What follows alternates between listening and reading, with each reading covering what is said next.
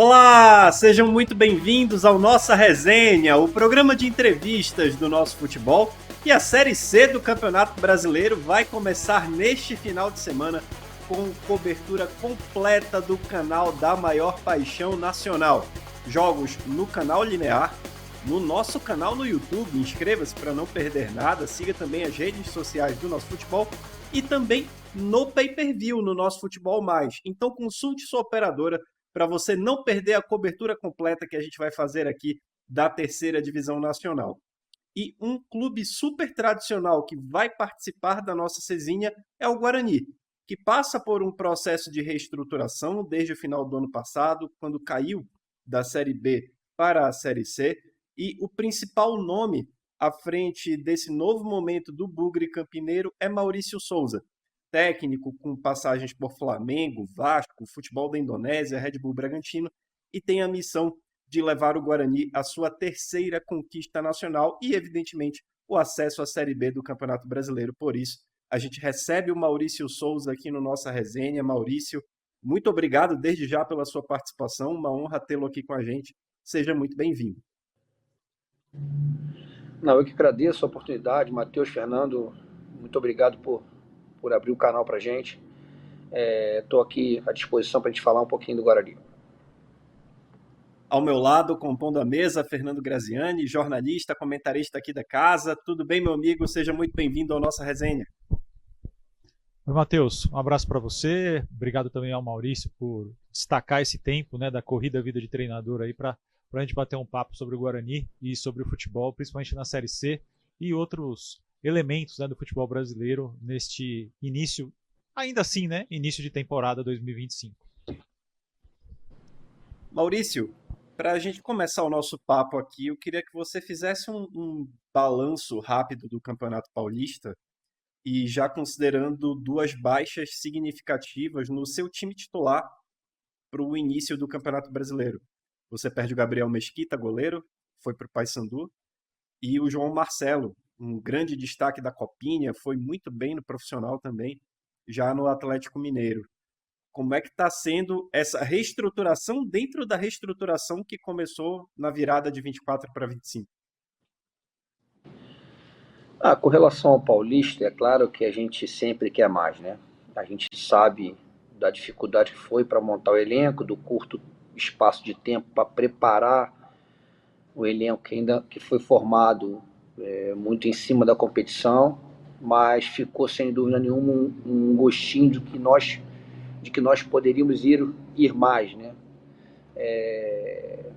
Uma chave difícil, mas que oscilou muito, todo mundo oscilou muito na chave, e a gente que começou muito bem, acabamos oscilando um pouquinho no final e deixamos a classificação que em determinado momento para a gente era bem palpável, era bem capaz de conseguirmos, mas diante, né, realmente ao quadro que se estabeleceu, nosso primeiro objetivo sempre foi de permanecer na série, e a gente conseguiu.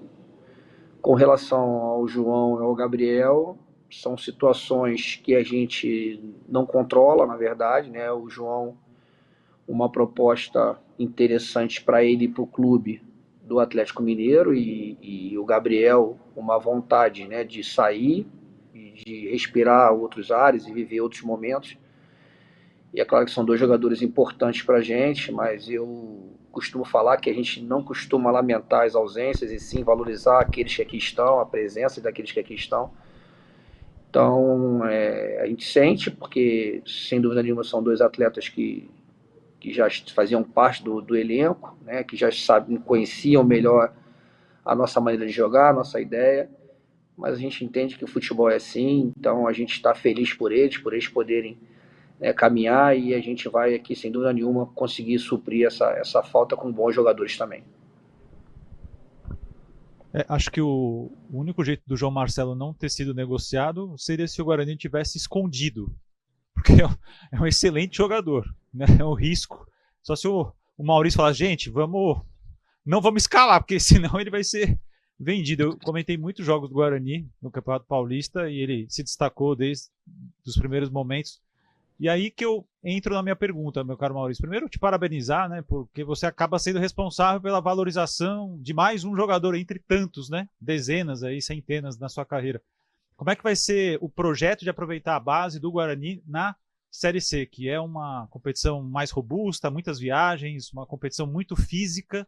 Como é que está aí o aproveitamento da base do Guarani para esse início de Série C? Eu costumo dizer que um campeonato desse tamanho, a gente tem quase que um ano todo para estar observando melhor a base. Os atletas que teriam que subir ou deveriam que subir pela idade ou por projeção, eles já subiram, né, no Paulista. E a gente conseguiu aproveitar 90% dos atletas que subiram de alguma maneira.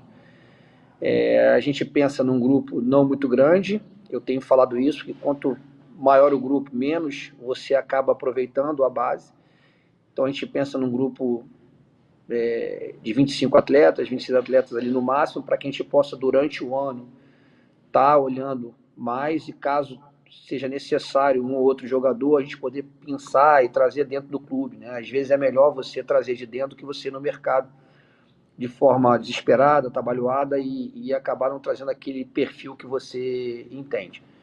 Então, eu gosto muito de trabalhar com a base, eu olho o tempo todo para eles. O Guarani faz um trabalho, mesmo com algumas dificuldades estruturais, faz um trabalho muito bacana. E a gente já fez alguns jogos treinos contra o Sub-20, então a gente está com um olhar bem focado para eles. A nossa ideia realmente é que durante a competição a gente consiga ainda não só revelar alguns jogadores, né, mas também que eles ajudem a gente aqui no processo, que é, sem dúvida nenhuma, subir a segunda divisão. Eu queria voltar um pouquinho para a tua chegada no Guarani, Maurício, até em cima da tua fala. Você é um cara que tem histórico de trabalho de base, sempre por onde passou. E a tua contratação no final do ano e o teu aceite, claro, para trabalhar no Guarani, passa muito pela utilização da base, como tem sido o projeto do clube para esse ano. Estava vendo a lista do elenco, a faixa etária é entre 24 e 25, a média de idade é entre 24 e 25 anos. Isso passa por uma decisão da diretoria daí que foram conversar com você, ou você tomou essa decisão em conjunto com a direção do clube? Como foi essa conversa entre vocês para chegarem a essa conclusão? Não teve nada programado, condicionado à minha vinda. Não teve. Eles acabaram também a gente tivesse um olhar voltado para a base. Porém, a gente sabe que todo final de ano, de montagem de equipe profissional, existem aqueles jogadores que estão transitando, né? Esses jogadores não foram vistos por mim, a maioria deles. Eles tinham destaque, tiveram algum destaque na Copa São Paulo. E aí sim, a partir daí nós conversamos e eu queria eles um pouco mais perto, né? Mas a competição já tinha iniciado, então não foi um processo fácil. Como você falou no início, o João, ele está aqui rápido, e eu até acho que eu participei pouco da evolução dele. Eu gostaria de ter participado mais, porque é um jogador em franca evolução, um jogador que precisa de informação. Mas a construção dessa transição, ela foi naturalmente, né? Não foi nada condicionado, e que podem até retornar a jogadores que tinham categoria e que naquele momento a gente imaginava que poderia nos ajudar, né? Já que o nosso grupo era um grupo pequeno, nós fizemos uma pré-temporada com menos de 20 jogadores no elenco. Enfim, a gente precisava também de quantitativo, e a gente tinha um grupo jogando a Copa São Paulo que no primeiro momento a gente não quis desmanchar, porque entendia que seria importante em questão de bons jogos, de experiência, né? E quando eles chegaram, a gente foi tentando introduzi-los pouco a pouco na nossa ideia. Inteligentes, são jogadores capazes e que conseguiram, entendeu? E usar, como eu falei, 90%.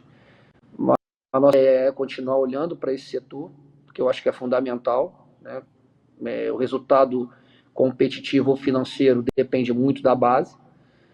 E como eu falei, é uma base que vem fazendo um trabalho muito bacana. O Sub-17 acabou de ser campeão O Sub-20 também está participando de uma competição e também tem tido bons resultados. Sempre que eu posso, eu estou acompanhando. E como eu falei, a gente tem visto eles aqui também nos jogos treinos que a gente tem feito contra eles. Mas respondendo a pergunta, nada foi condicionado à minha vida à base. É claro que eu tenho essa vertente, eu gosto de desenvolver atleta, é uma coisa que me chama a atenção. Você vê o atleta evoluir, para mim é um ponto que no meu trabalho me gratifica muito. Enfim, e a gente vai tentar continuar fazendo isso. Maurício, ainda falando sobre o Campeonato Paulista, mas projetando a Série C, teu time jogou 12 jogos, fez 14 gols, tomou 14. Foi uma equipe até equilibrada nesse sentido. Não fez grandes gols, mas também foi uma defesa que ficou ali numa média. Dentro do que você projeta para a Série C, evoluir o ataque, evoluir a defesa, se fosse ter uma prioridade? Você acha que tomou muito gol ou fez pouco gol? Como é que você analisa o time? Porque você sempre falava nas entrevistas, né, pós-jogos do Guarani, não, a gente tem que colocar a bola no chão para poder criar. Sem bola no chão a gente se perde um pouquinho. Como é que você vê, então, para a Série C, o seu sistema ofensivo ou o seu sistema defensivo precisam dar um upgrade aí para a Série C em relação a esses 14 gols tomados e 14 gols feitos no Campeonato Paulista? A gente foi evoluindo um pouquinho o ataque, mas a gente foi perdendo um pouquinho de consciência defensiva. Isso tem uma explicação para mim.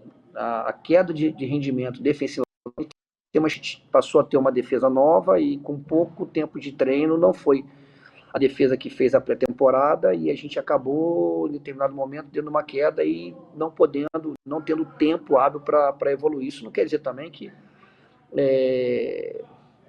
tendo tempo a gente vai jogar, não vai tomar gol, nada disso, mas a gente vai tentar evoluir nas questões que a gente errou bastante e acabamos sofrendo os gols. Mas a nossa defesa, durante boa parte da competição, ela foi bem consistente. A gente chegou a estar, se não me engano, 4 ou 5 jogos sem sofrer gol.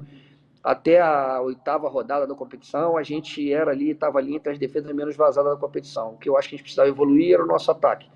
Não só no número de gols, mas também na criação, né? na capacidade de criar oportunidade de gols. Eu acho que a gente, durante boa parte da competição, a gente deixou a desejar isso. E é claro que com mais tempo, a expectativa é que a gente consiga evoluir tanto o setor defensivo quanto o setor ofensivo. A gente sabe que são outros adversários, a gente sabe que muda um pouquinho o referencial de jogo, né? O jogo do Paulistão o jogo da Série C muda um pouquinho, a gente tem que se adaptar a isso também, mas é claro que eu entendo que a equipe tem que evoluir como um todo. Eu não estou extremamente satisfeito com nada que eu vi durante o Paulista, mas também não estou extremamente triste, né, insatisfeito com o que eu vi. Acho que a gente foi um time, em muitos momentos, bem equilibrados, dentro das condições, um time até que em alguns momentos superou as expectativas, mas que tem que tentar ser um pouco mais regular durante a competição. Eu acho que isso que a gente não foi. A gente foi talvez muito bem no início e a queda foi um pouco maior do que a gente esperava no final.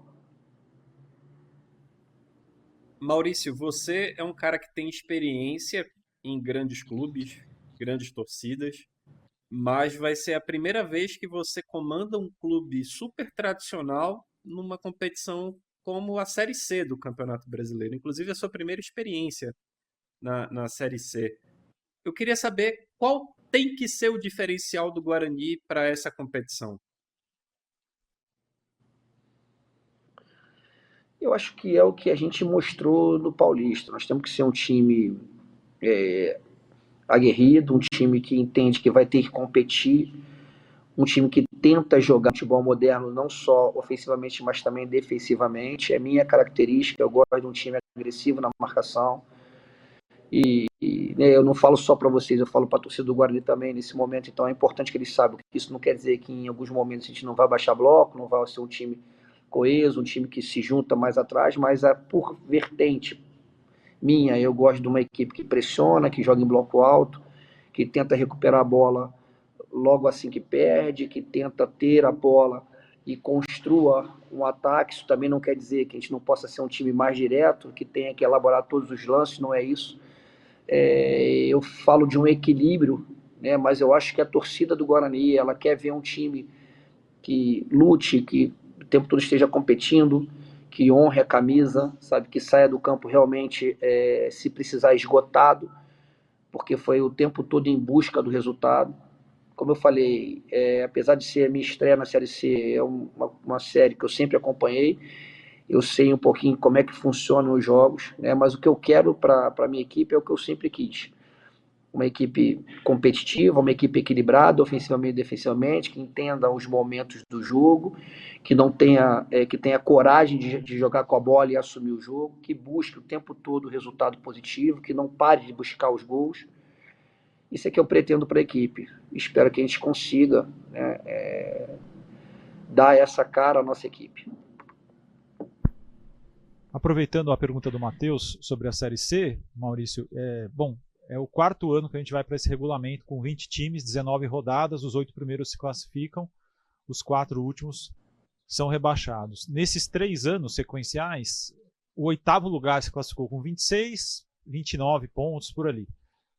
O ano passado foi o que menos precisou de ponto, se classificou com 26, né? Bem abaixo da média, que era 28, 29.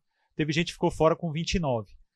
Dá para projetar, eu não sei como é que você trabalha, tenho até curiosidade para saber como é que você trabalha essa coisa da pontuação, se você realmente pensa jogo a jogo, se você pensa em bloco, olha, nesses 3 primeiros jogos a gente precisa fazer 4, 5 pontos, ou precisa fazer 6. Claro que o ideal seria fazer 57 pontos, mas isso não acontece. Mas como é que você transmite para os seus jogadores, como é que você deixa eles atentos à relação à pontuação, sabendo que vai ter que ter pelo menos aí 50% de aproveitamento para estar entre os 8, né? Porque aí depois é um outro campeonato, aí tanto faz, ficou em primeiro ou 8º, não tem vantagem nenhuma.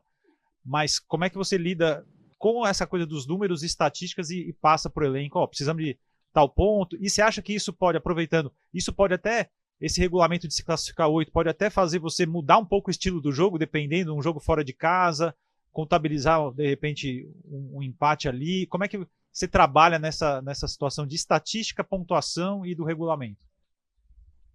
A gente pensa em bloco também, mas isso não tira a nossa vontade de ganhar, né? O fato de a gente pensar 3, 4 jogos não tira a nossa vontade de ganhar todos, como você falou, ideal fazer os 57, fazer 57 pontos mais. Penso sim, é uma competição extremamente dura. A gente viu equipes que vão disputar a Série C fazendo campeonatos estaduais belíssimos, né, e outros até na Copa do Brasil. Então a gente sabe que, na minha maneira de ver, esse ano talvez seja a Série C mais disputada dos últimos, dos últimos anos. É claro que nós temos que fazer projeções, mas eu não consigo enxergar um jogo com um empate, né? Eu estou sempre pensando na vitória. Isso, independentemente da maneira que você vai jogar, que você vai elaborar o seu time, ou mais à frente ou mais atrás, e respondendo a sua pergunta, posso sim, penso sim, em determinados jogos, mudar a minha maneira de jogar, não para tentar um empate, enfim, mas para tentar ser mais eficiente ainda para a vitória. Mas é claro que a gente não pode descartar a pontuação fora, a pontuação dentro, adversário tal, a gente não pode descartar isso durante a competição. Isso fica mais guardado para mim, eu pontualmente vou passando para os jogadores. É claro que durante a partida a gente entende o que é o resultado positivo, o que não é o resultado positivo. Às vezes um empate pode ser um resultado extremamente positivo, o empate pode ser também um resultado extremamente negativo. Mas internamente, comissão, planejamento, a gente sabe, né, os blocos, quantos pontos nós temos que fazer em cada bloco. A gente sabe que pegar um adversário X lá fora é muito mais difícil que pegar um adversário X em casa. Então a gente também pensa jogo a jogo, mas sem dúvida nenhuma que a nossa vontade é de fazer um jogo o tempo todo que busque a vitória. Eu não entendo você fazer um jogo para empatar, mesmo que dentro do bloco daquele planejamento de pontos que você fez o empate esteja muito bom, eu não consigo, durante, né, a montagem da semana, durante a montagem para o jogo, imaginar um empate. Isso pode ser viável durante a partida, você imagina, ó, esse resultado é legal, eu posso fazer uma troca ou outra para segurar esse resultado. Isso acontece muito mais durante o jogo do que propriamente na montagem. Na montagem da semana, a gente vai sempre tentar botar aquilo que tem de melhor e buscar a vitória, né? Até em respeito à camisa do Guarani. Maurício, o Guarani cai ano passado junto com o seu rival histórico, a Ponte Preta. E o fato de ter a Ponte na Série C com o mesmo objetivo, com a mesma meta do Guarani, vai ter o derby, inclusive, na 15ª rodada, primeiro final de semana de agosto. Ainda falta marcar a data base, o jogo, inclusive, no Moisés Lucarelli. O fato de ter a Ponte na Série C gera um peso, gera uma obrigação maior internamente para vocês? Internamente eu não sei, mas externamente sim, né? A gente entende que é um rival que está se reforçando, que investiu e está investindo, consegue investir mais do que a gente nesse momento. Eu já vivi um derby, sei, né? Aqui o derby campineiro, e sei da importância que é, da rivalidade que é, né? Porém, a gente sabe que não é só a Ponte. Nós temos aqui o Ituano, o São Bernardo, que todo ano vem ali, beliscando ali, né, a fase final, e muito forte, com investimento também muito pesado. Então, assim, eu falei, eu acho que externamente a nossa obrigação aumenta. Internamente, a gente sabe das nossas necessidades e da nossa realidade. Mas a gente entra na competição, independentemente contra quem, a gente entra para buscar uma vaga. A competição contempla quatro equipes, independentemente de quem vai ser campeão, segundo, terceiro e quarto. Esses quatro, no final, vão ter alcançado o objetivo da temporada, que é subir a Série B. Eu acredito que o objetivo de todas as equipes que estão disputando a Série C seja, no final do ano, estar na Série B. Mas a gente entende também da dificuldade que vai ser essa competição, não só com o nosso rival maior, mas com todos os adversários que eu falei, Náutico, Maringá e tantos outros que aqui tem, que a gente sabe que vai ser muito difícil jogar, mas assim como a gente enxerga eles como adversário difícil, eu tenho certeza que eles também enxergam a gente como adversário difícil. A responsabilidade é muito grande, independentemente de ter ou não a Ponte, a responsabilidade é muito grande, o clube está todo imbuído e precisa desse acesso. E é por isso que nós vamos lutar, independentemente da pressão que a gente vai sofrer, é por isso que a gente vai lutar até o final. Agora, a estreia da Série C para o Guarani não vai ser moleza, né? Nenhum jogo vai ser, mas o Maringá talvez seja um dos times mais animados aí. Tudo bem, foi vice-campeão, frustrante, mas eliminou o Curitiba e o Atlético, né? Já chega com um currículo, né? E o time está jogando bem ofensivamente, cresceu muito na reta final. Como é que estão os estudos aí para o Maringá e em relação a essa dificuldade dessa estreia, né? Com um time que vem pesado, né, Maurício? O adversário do Guarani e o Maringá vem pesado aí para a Série C. Você foi muito bem. O Maringá é uma equipe que tem feito belas campanhas, tem feito grandes jogos. A gente tem estudado bastante o Maringá, mas existe uma peculiaridade nesse jogo, que é o Maringá, ele não te permite conforto na partida. Ele não permite que você traga o jogo para aquilo que você treina, que você traga o jogo para o modelo que você quer, e acaba levando o jogo para aquilo que eles treinam, porque eles marcam de forma individual o campo todo, né? Então o jogo passa a ser um ganho de confronto individual, e a partir desse ganho de confronto individual, um desequilíbrio defensivo da equipe adversária. E um jogo muito direto, um jogo com ideias muito claras, de nem todo mundo retorna, um jogo direto em cima da nossa defesa. E eu já tenho falado que é um jogo que vai tirar a gente do conforto, e a gente tem que estar pronto para isso. Não é um jogo que a gente vai conseguir elaborar muito, porque eles não deixam, né? O primeiro passe deles, eles tentam tirar, ou seja, você já tem que tentar fazer um jogo vertical, e nesse jogo vertical, quem recebe a bola está sempre muito marcado. Então, não é um jogo tradicional. Eu falo que eles levam o jogo para o conforto deles, porque eles devem treinar, com certeza treinam esse modelo de jogo, e a gente pouco treina. Talvez a gente encontre um ou dois adversários durante a competição que joguem dessa maneira, porque também existem exposições defensivas da parte dele, por também se defender dessa forma, né? E quando você consegue tirar proveito dessa situação, você acaba conseguindo chegar na baliza e criar a possibilidade. Mas quando você não consegue tirar proveito, eles ganham o jogo no confronto emocional da partida. Se eles ganharem esse confronto emocional, o confronto psicológico do jogo, quando eles ganham a maioria das disputas, você acaba entrando numa rotina de jogo deles que eles estão acostumados. Então nós temos que ter muito cuidado.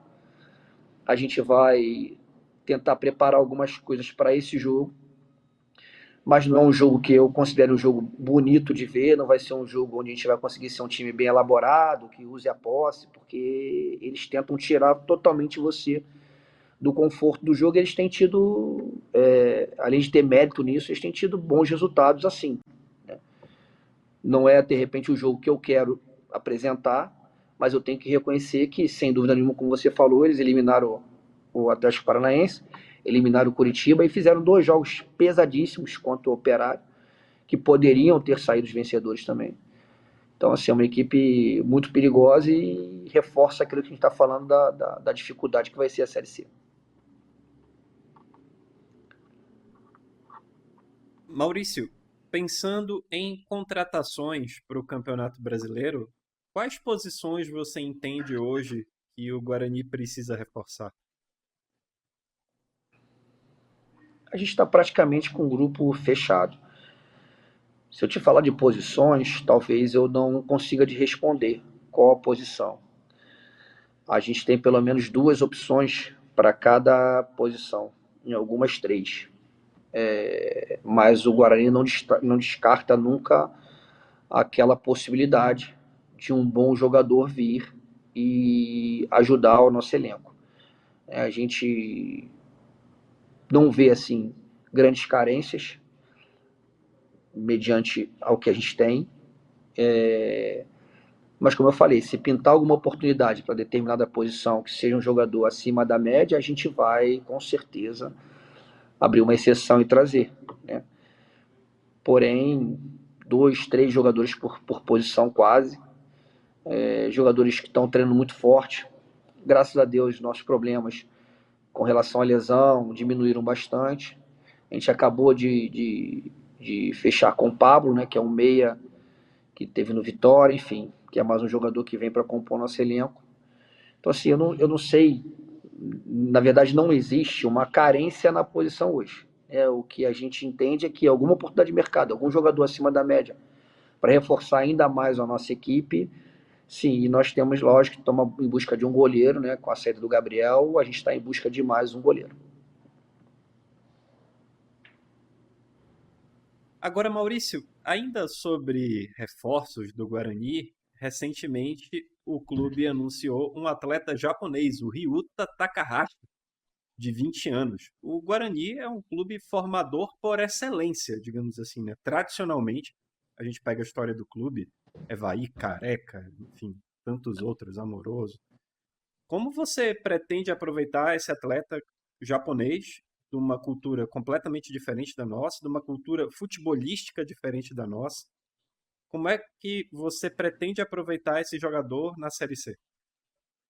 Primeiro é a gente conseguir dar tempo a ele para que ele possa se adaptar. É um jogador que viveu, né, uma cultura muito diferente da nossa, um futebol também diferente do nosso, mas é um jogador que tem mostrado muita qualidade, principalmente na fase ofensiva do jogo. Um jogador habilidoso, um jogador de muito boa relação com a bola, extremamente inteligente, isso é importante. Mas nós vamos ter que saber, entender o quanto ele vai conseguir competir, o quanto ele vai conseguir se adaptar, porque realmente só isso não é o suficiente. Mas é um jogador assim que eu não conhecia e que para mim tem sido uma grata surpresa. Eu não sei o tempo que ele vai levar para se adaptar, é claro que ele ainda precisa de mais tempo que os outros, mas é um jogador que, como eu não conhecia, para mim é uma grata surpresa por tudo que ele tem treinado, tem mostrado no dia a dia. O Maurício Souza, que é um cara que tem rodagem por vários grandes clubes do futebol brasileiro, tem início no futsal, passou por Flamengo, Vasco, trabalhou na Indonésia, e o último trabalho dele, antes de assumir o Guarani, foi no Red Bull Bragantino, onde teve a conquista do Campeonato Brasileiro de Aspirantes. Eu queria saber de ti, Maurício, qual é a diferença de trabalhar num clube associativo, como é o Guarani, como são tantos outros, aliás, a grande maioria do futebol brasileiro, e você trabalhar num clube que tem uma gestão empresarial, não chega a ser uma SAF, que é um modelo que vem sendo adotado no Brasil, mas é um clube que tem um investidor, uma multinacional pesada por trás. Como é para o profissional do futebol esse trato? Eu sinceramente, eu não consigo dissociar, falar para você, filha, de qual é a diferença. O que acontece é que o Guarani carrega uma história muito grande nas costas, uma torcida apaixonada e carente, né, de bons resultados. O Red Bull, como você falou, no caso do Red Bull, um grupo, um clube com talvez com pouquíssima pressão, não só no profissional, mas também nos jogadores. Um clube hoje, sem dúvida nenhuma, com uma estrutura talvez uma das melhores do Brasil, né?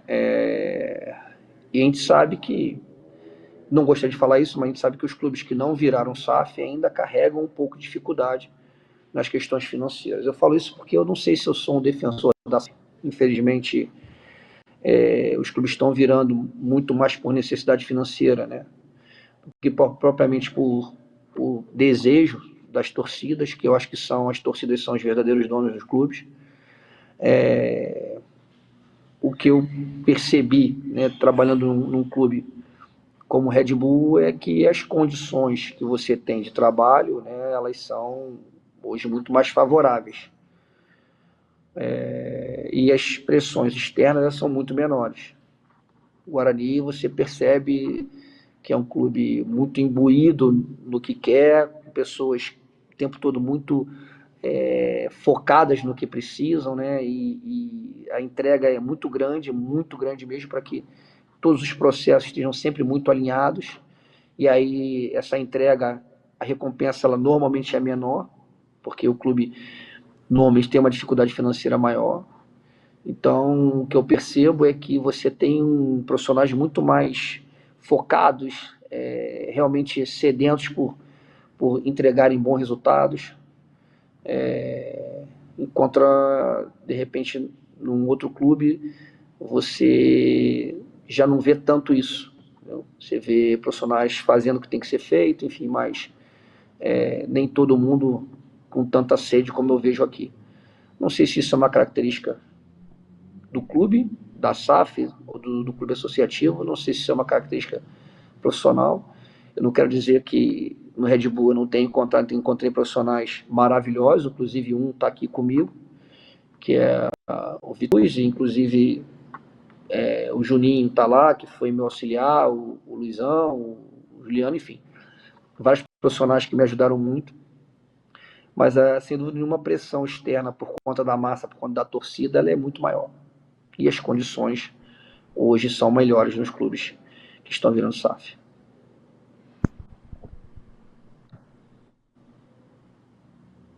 Maurício, queria entrar um pouco no radar da educação do técnico brasileiro, da formação, porque você veio da base, tem vários técnicos hoje do Brasil que também trabalharam muito tempo na base. O Léo Condé, não sei se você trabalhou com ele, mas o Léo Condé está fazendo um grande trabalho no Ceará, né? Ele ficou mais de 10 anos na base também. Já tinha feito um ótimo trabalho no Vitória, até acho que foi demitido de forma injusta, mas enfim, futebol brasileiro. Depois chegou o Carpini, melhorou, enfim. Aí o Léo Condé chega no Ceará, faz um grande trabalho, sobe para a Série B, é campeão cearense e está agora na Série A. E aí tem estrangeiro, tem ex-jogador que não fez base, e você é um cara que fez toda a educação, né? Se formou, licença A, B, Pro. Como é que está hoje a formação do técnico brasileiro? Você acha que precisa melhorar muito em relação a isso, ou está adequado? E aí a gente tem essa quantidade de técnicos estrangeiros porque é moda, porque o dirigente quer, ou porque há mais competência. Então eu queria que você fizesse um balanço geral, porque eu acho que você é a pessoa certa para isso, né? Estudou muito, trabalhou na base, trabalha no profissional, tem colegas de todas as formas, né? Ex-jogadores, gente que não foi jogador, estrangeiro. Então eu queria que você desse uma geral aí nessa situação do técnico brasileiro nesse momento, em 2025. Muito legal tocar o nome do Condé, porque ele já faz um belo trabalho desde o Sampaio Corrêa, e que ele já é um baita de um treinador. Eu acho que dentro do processo formativo, você angariar conhecimento nunca é demais. Eu vejo, trabalhei na base durante muito tempo e acompanho a base ainda, vejo treinadores capacitadíssimos na base, mas muito capacitados. Mas a gente, o tempo todo, a mídia joga 300 informações do que é bom hoje, do que não é bom amanhã, do que é bom no passado, do que agora não serve. E eu, sinceramente, continuo defendendo a base. Acho que nós temos profissionais capacitadíssimos na formação. E como você falou, eu trabalhei da categoria, eu fiz minha formação no futebol de salão, transitei para o campo e desde o sub-11 ao sub-20 eu passei por todas as categorias. E o que acontece muito no Brasil é que quando esse treinador que passou por todas as categorias, que teve um período longo também e trabalhou no sub-23, quando ele vai assumir uma equipe profissional, o que normalmente dizem é que ele não tem experiência. O mercado tem espaço para o cara competente, né, independentemente dele base ou ter sido ex-jogador, se ele ser estrangeiro, enfim. Isso para mim não importa. Eu acho que o que importa é a gente tentar dar igualdade de condições a todos. E o que eu tenho falado muito aqui no Brasil, e vou voltar um pouquinho na base, mas nessa transição, o que eu tenho falado muito aqui no Brasil é que a paciência com o treinador que transita da base profissional, que a paciência com o treinador brasileiro, ela é muito menor. Nós temos que mostrar resultado de uma forma muito mais rápida, para poder ter um tempo maior no clube, para poder mostrar um pouco mais de trabalho. E a gente, mediante isso, a gente descarta que normalmente a gente não pega as equipes tops, né? A gente não pega uma equipe que vai estar entre as 3, 4 melhores equipes da competição.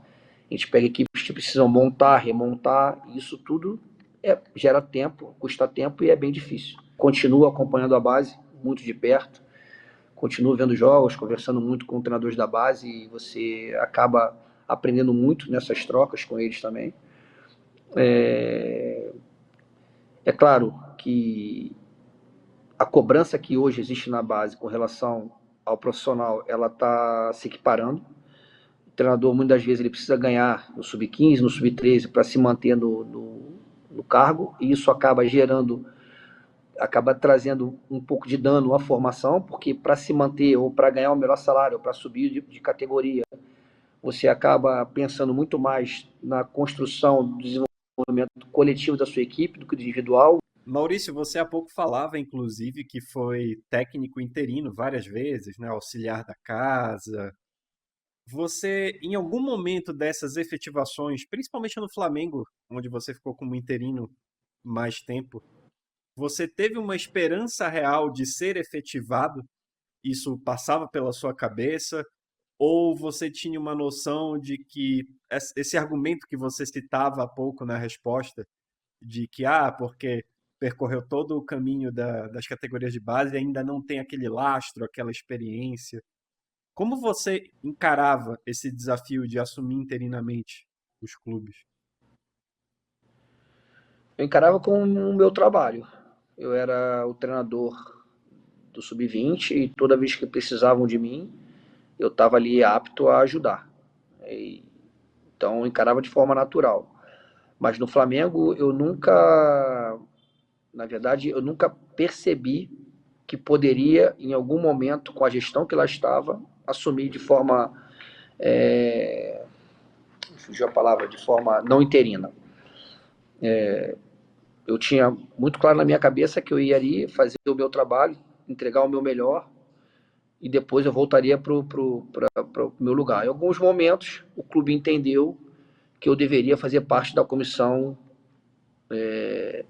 do profissional, da casa profissional. E aí, de pronto, eu aceitei.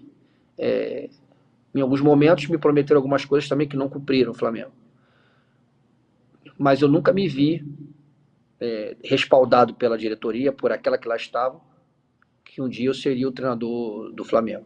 Mesmo eu tendo bons números, né, todas as vezes que eu assumi o Campeonato Carioca, a gente deixou o clube na zona de classificação, ou em primeiro ou em segundo. A maioria dos jogos que eu assumi de forma interina, a gente conseguiu as vitórias. Então, assim, mas eu via que o clube não me via como um nome para aquele momento. Maurício, ficando ainda nessa situação do Flamengo, mas indo para o aspecto individual, como é que foi acompanhar o início do Vinícius Júnior? Como é que você vê ele hoje? Eu não sei até que ponto você o conheceu pessoalmente. Como é que ele tem tanta força para, independentemente de estar jogando bem ou mal, né? Geralmente ele joga bem, mas recentemente ele foi vaiado porque perdeu o pênalti. Enfim, é uma cobrança impressionante a cada dia, né? Chega a ser insano o que esse rapaz passa. Como é que você vê? Como é que você participou da formação dele? Né? Eu sei que você também estava num momento de transição de carreira, quando ele também estava. E como é que você enxerga o Vini Júnior? Hoje ele chegou a 104 gols pelo Real Madrid, né? Empatou com o Ronaldo, fenômeno como o maior artilheiro brasileiro do Real. E como é que você projeta ele na seleção brasileira? Se você vê realmente, não quero aqui ferir a sua ética de forma alguma, você responde da forma que você quiser, mas como é que você acha que ele pode render mais na seleção brasileira? Não, de jeito nenhum você está ferindo. Eu até agradeço pela pergunta, porque eu vejo algumas pessoas ainda falar que ele valoriza, ou que ele deveria não ligar, né? Mas se é uma coisa que ele liga, é porque é uma coisa que machuca ele, né? E a ferida só dói em quem tem, né? E eu concordo plenamente com você. A cobrança em cima dele é extremamente alta, né? E claro que isso pode, de uma maneira ou outra, afetar no rendimento dele. Conheci o Vinícius, ele transitando para o profissional. Tive a oportunidade de trabalhar com ele na equipe profissional em 2018. Eu era auxiliar da casa, do Maurício Barbieri na época. Ali ele já mostrava toda a força que ele tinha, pela coragem que ele tem. Eu acho que futebol é coragem, e ele tem muita coragem, ele tem muito ímpeto, e sempre foi muito dedicado. Ele sempre mostrou que iria realmente vencer, que ia voar voos bem altos, e é o que ele está fazendo agora. Vejo ele em alguns momentos oscilando, mas o que eu vejo nele é sempre uma capacidade de querer, de se entregar, e o jogador vai perder pênalti, o jogador vai perder gol, o jogador vai atuar um dia mal, um dia bem, e às vezes me parece que toda a culpa de qualquer resultado negativo cai sobre ele. Assim, eu sou suspeito, porque é um jogador que eu gosto muito, porque sempre que tive com ele, sempre foi muito profissional. Ele faz muita falta a gente no ano de 2018, quando ele sai para o Real Madrid. A nossa equipe cai bastante de rendimento. Era uma equipe muito forte, mas que ele realmente tinha um diferencial no ataque. Então, assim, tudo que está acontecendo na vida dele, para mim, eu esperava que iria acontecer, por tudo que ele mostrava de força de vontade, de capacidade, de querer. É um jogador extremamente profissional, sempre foi, sempre quis evoluir, sempre que foi muito atento às informações, sabe? Um jogador sem milímetro. Então, eu também acho uma pena que as pessoas peguem tanto no pé dele, que as pessoas façam tanto ele sofrer com alguns temas que ele sofre. A gente sabe que ele sofre, mas eu acredito muito nele. Eu acho que ele vai ainda dar muitas alegrias ao nosso povo. Maurício, para a gente encerrar aqui o nossa resenha, a gente sempre pergunta, na próxima vez que você estiver aqui com a gente, qual história você quer contar de sucesso com o Guarani? Que eu subi para a Série B. Espero que seja em breve, que a gente possa estar falando novamente. Em breve. Quero contar a história que foi um ano difícil, mas que a gente conseguiu superar, se Deus quiser. Este é Maurício Souza, técnico do Guarani, aqui com a gente no Nossa Resenha. Maurício, muito obrigado mais uma vez pela sua participação, pela sua disponibilidade, paciência em trocar essa ideia, bater esse papo com a gente.